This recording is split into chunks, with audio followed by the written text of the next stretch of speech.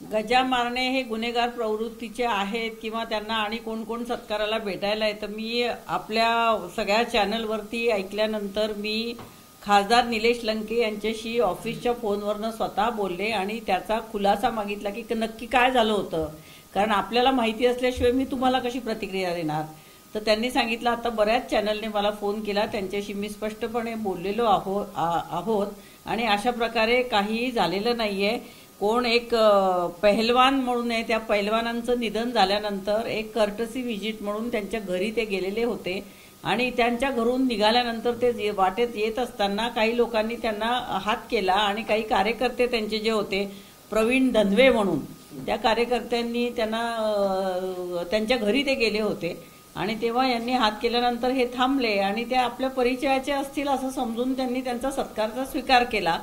परंतु निलेश लंके ज्या साधेपणाने आणि ज्या सर्वसामान्य माणसामध्ये वावरतात त्याच्यावरनं मला निश्चितच असा विश्वास वाटतो की त्यांनी हे काही जाणून बुजून केलेलं नाहीये आणि एखाद्या माणसाने सत्कार केला तो जर का गुन्हेगारी प्रवृत्तीचा असेल हे त्यांना आता आम्ही लक्षात आणून दिल्यानंतर आणि त्यांच्या लक्षात आल्यानंतर पुन्हा अशा प्रकारे काही चुकून होणार नाही असं त्यांनी स्वतःच म्हणजे त्यांना असं वाटलं की आता याच्यापुढे अशी चूक आपल्याकडे होता कामा नाही, कारण आता ते आमदार नंतर आता खासदार झालेले आहेत आणि त्यांनी याची काळजी निश्चितच घेतली पाहिजे. आणि त्याप्रमाणे मला असं वाटतं निलेश लंकेंकडनं जी काही चूक झालेली आहे ती त्यांच्याकडनं चुकून झालेली आहे. त्यामुळे त्यांचा किंवा त्या गजा मारण्याचा काही संबंध होता किंवा राष्ट्रवादीचा काही त्या गुंडाशी संबंध होता म्हणून ते आमचे खासदार त्यांना भेटले असा कुठलाही अर्थ मीडियाने काढता कामा नये. कारण निलेश लंके हे कशा प्रकारचे सर्वसामान्य माणसामधनं आलेला लोकप्रतिनिधी आहे आणि आमदार असताना सुद्धा 5 वर्ष त्यांनी सर्वसामान्य माणसासाठीच काम केलेलं आहे आणि तेच त्यांचं प्राधान्य खासदार असताना सुद्धा असणार आहे. त्यामुळे त्यांच्यावर आपण कुठलीही शंका घेऊ नये अशी मला तुम्हाला विनंती करायची. पण ताई म्हणजे गजा मारण्या जी व्यक्ती आहे अशी व्यक्ती नाही की बाबा त्याला कोणी ओळखत नाही, त्याचं नाव पुण्या आणि या संपूर्ण परिसरामध्ये अतिशय कुख्यात असं नाव असं, अशा वेळेला निलेशजी त्यांना ओळखत नसतील असं तुम्हाला वाटतं का? नाही, अगदी पूर्ण मला खात्री आहे, कारण मुंबईमध्ये मी अनेक बिल्डरच्या विरोधात काम केले. अनेक बिल्डर लॉबीचे गुंड स्वतः मलाही धमकवतात पण मला माहिती नसतं हा कुठल्या प्रवृत्तीचा गुंड आहे. कदाचित मुंबईत ते खूप नावाजलेले गुंड सुद्धा असतात. तसं निलेश लंकेंच्या बाबतीत होण्याची शक्यता आहे की हा सर्वसामान्यांसाठी साधेपणाने काम करणारा माणूस. आता हा गजा मारणे अशा गुन्हेगाराशी कधी गुंडाशी संबंधच आलेला नाही आणि हा गुन्हेगार हा कोण आहे किंवा गुन्हेगार प्रवृत्तीचा माणूस आहे हे त्यांना माहिती नाही, हे अगदी सहज शक्य आहे. म्हणजे त्यांनी त्यातनं ते काही खोटं बोलतायत असं मला बिलकुल वाटत नाही.